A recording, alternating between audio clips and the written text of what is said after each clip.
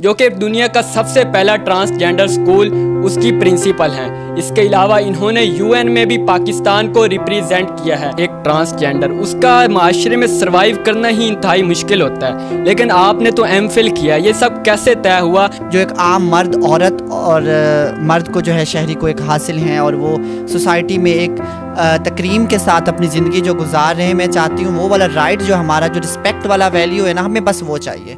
अगर आप हमें रिस्पेक्ट दे देते हैं ना तो हमें बाकी तमाम राइट्स खुद ब खुद मिल जाए। देखिए, अगर मैं बात करूँ पिछले 3-4 सालों की, तो हमने ज़िंदगी के हर शोबे में हमने एक ट्रांसजेंडर पर्सन को देखा है। कोई डॉक्टर है, कोई वकील है, कोई टीचर है। जो लोग हमें समझते हैं कि ये सिर्फ बुराई का वो रास्ता है या ये बुराई फैलाते हैं, तो उनको पता हो कि ये लोग अच्छे भी हैं। इरादे जिनके पुख्ता हो, नज़र जिनकी खुदा पर हो, तलातम खेज़ मौजों से वो घबराया नहीं करते। अस्सलाम वालेकुम नाजरीन, मैं हूं आपका मेज़बान आफ्ताब शहजाद और आप देख रहे हैं हमारा यूट्यूब चैनल शाहीन ग्रुप। नाज़रीन, फ़रेब की इस जानिब जो शख्सियत मौजूद हैं किसी भी तारुफ़ की मोहताज नहीं हैं। ये अपनी ज़ात में एक अंजुमन की हैसियत रखती हैं। जी बिल्कुल, इनका नाम अलीशा शराजी है, जो कि दुनिया का सबसे पहला ट्रांसजेंडर स्कूल उसकी प्रिंसिपल हैं। इसके अलावा इन्होंने यूएन में भी पाकिस्तान को रिप्रेजेंट किया है। इसके अलावा इन्होंने एमफिल किया हुआ है। हालांकि ट्रांसजेंडर को हमारे माशरे में वो हकूक़ हासिल नहीं है, इनको तरक्की का मुअज्जब नहीं समझा जाता। कहा जाता है कि ट्रांसजेंडर का तरक्की में, मुल्क की तरक्की में कोई रोल नहीं है, लेकिन इन्होंने सारी बातों को जुटलाया है, जबकि अपनी कम्यूनिटी के लिए आवाज़ बुलंद की है। तो आइए इनसे बात करते हैं। अस्सलाम वालेकुम। जी वालेकुम अस्सलाम, कैसे हैं आप? अल्हम्दुलिल्लाह मैं ठीक, आप कैसे? जी मैं ठीक हूँ। जी बिल्कुल, सबसे पहले तो मुझे ये बताइएगा कि सैयद अली रज़ा से अलीशा शराजी तक का सफ़र कैसे तय किया आपने? देखिए, ये तो समंदर को कूज़े में बंद करने वाली बात है, और वो जो मेरी पहचान थी मेरी फैमिली की तरफ से दी गई मुझे, उसको तब्दील करने में मुझे बहुत टाइम लगा। और मैं अगर कहूँ कि 2 दहाइयाँ या 2 डेकेड्स उसमें लग गए हैं तो ये भी गलत नहीं होगा। और उसमें ना सिर्फ मेरी अनथक कोशिशें हैं, मेरी कुर्बानियाँ हैं, मेरा काम है, और उसके अलावा आप जैसे लोगों की मोहब्बत और प्यार है मेरे लिए, और उसमें रिस्पेक्ट है मेरे लिए, और सोसाइटी की तरफ से दिए गए कुछ तोहफ़े हैं जिन्होंने मेरी पूरी ज़िंदगी को अली रज़ा से अलीशा तक बदल दिया। ये मुझे ये बताइएगा कि एक ट्रांसजेंडर उसका माशरे में सर्वाइव करना ही इंतहाई मुश्किल होता है, लेकिन आपने तो एमफिल किया। ये सब कैसे तय हुआ? हमें ज़रा अपनी थोड़ी बैकग्राउंड स्टोरी बताइएगा। तय कोई चीज़ नहीं होती, किस्मत में जो लिखा होता है वो होके रहता है। तो मे भी मेरी किस्मत मैं समझती हूँ कि इतनी बुरी नहीं थी, और अल्हम्दुलिल्लाह मुझे अपनी किस्मत पे यकीन था। और मतलब अगर ख्वाजा सराओं की मैं बात करूँ तो अनफॉर्चुनेटली हमारी सोसाइटी में उस तरह से वो लकी पर्सन्स नहीं हैं जिस तरह जो पढ़े लिखे हमारी कम्युनिटी के लोग हैं इस तरह से हैं। आपने यूनाइटेड नेशन में भी पाकिस्तान को रिप्रेजेंट किया, ये एक्सपीरियंस कैसा रहा आपका? ज़ाहिर है, आलमी इदारे में नौकरी करने का जो होता है एक्सपीरियंस बहुत अच्छा रहता है आपका। और मैं आपको बताती हूँ कि जब हम छोटे होते थे और पीटीवी पे मैं देखती होती थी, तो अक्सर कौमी असम्बली या उनकी जो होती है उसमें वो दिखाते होते थे कि करारदाद सलामती कौंसिल में पेश की गई है, और उसके अलावा इदारे की तस्वीरें होती थी और उसमें पाकिस्तानी जो होते थे प्रेजेंट कर रहे होते थे। तो मैं कहती थी कि कितने खुशनसीब हैं ये लोग, या कितने लकी हैं जो इसमें काम कर रहे हैं। इसके अलावा ट्रांसजेंडर के लिए दुनिया का पहला स्कूल जो है वो मुल्तान में है। इसमें कोई शक नहीं कि आपकी भी इसमें बहुत ज़्यादा काविशें हैं इस स्कूल को बनाने में। तो ये आपका एक्सपीरियंस कैसा रहा? और जो ट्रांसजेंडर को जो हकूक़ मिलने चाहिए, आपको लगता है कि वो हकूक़ अब मिल गए हैं? नहीं, हकूक़ों का तो बंडल है हमारे पास, क्योंकि बच्चा जब पैदा होता तो उसके फंडामेंटल राइट्स ही नहीं पूरे होते। अनफॉर्चुनेटली जो कम्युनिटी के बच्चे हैं, मैं अगर उनकी बात करूँ स्पेशली, तो स्कूल एक अच्छी चीज़ है, एक अच्छा एलिमेंट है कम्युनिटी के लिए। गवर्नमेंट की तरफ से या स्टेट की तरफ से अगर मैं बात करूं तो उन्होंने अपना एक फ़र्ज़ निभाया है एजुकेशन के हवाले से।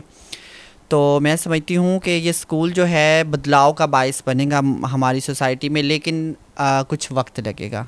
और मैं उस अच्छे वक्त के लिए अपनी इतनी मेहनत और अपना तो तवज्जो है ना स्कूल के ऊपर इसलिए दे रही हूँ ताकि उस वक्त को मैं लेके आ सकूँ। अच्छा, ये बताइएगा कि अब आपने एमफिल कर लिया, फ्यूचर में आपके क्या गोल हैं और आप हुकूमत से क्या एक्सपेक्ट कर रहे हैं, और आप कौन कौन से हकूक़ हैं जो चाहती हैं कि ट्रांसजेंडर को अब और मिलें? देखिए, जो हमारे पास लॉ है उसके मुताबिक तो तमाम हमारे हकूक़ जो हैं उसके अंदर दर्ज हैं, लेकिन कुछ ऐसी चीज़ें हैं जो हमारे मुआशरे का कड़वा सच हैं, और उनको हम अगर राइट्स में गिन के और उसको प्रिंट आउट करके हमारे हाथ में थमाएंगे तो मे भी कुछ लोगों को वो चीज़ें हज़म ना हों। कुछ हकूक़ हैं जो हमें मिले हैं और कुछ मैं चाहती हूँ वो हमें मिलने चाहिए। ऐसे हकूक़ जो एक आम मर्द, औरत और मर्द को जो है, शहरी को एक हासिल हैं और वो सोसाइटी में एक तकरीम के साथ अपनी ज़िंदगी जो गुजार रहे हैं, मैं चाहती हूँ वो वाला राइट जो हमारा, जो रिस्पेक्ट वाला वैल्यू है ना, हमें बस वो चाहिए। अगर आप हमें रिस्पेक्ट दे देते हैं ना तो हमें बाकी तमाम राइट्स खुद ब खुद मिल जाएंगे।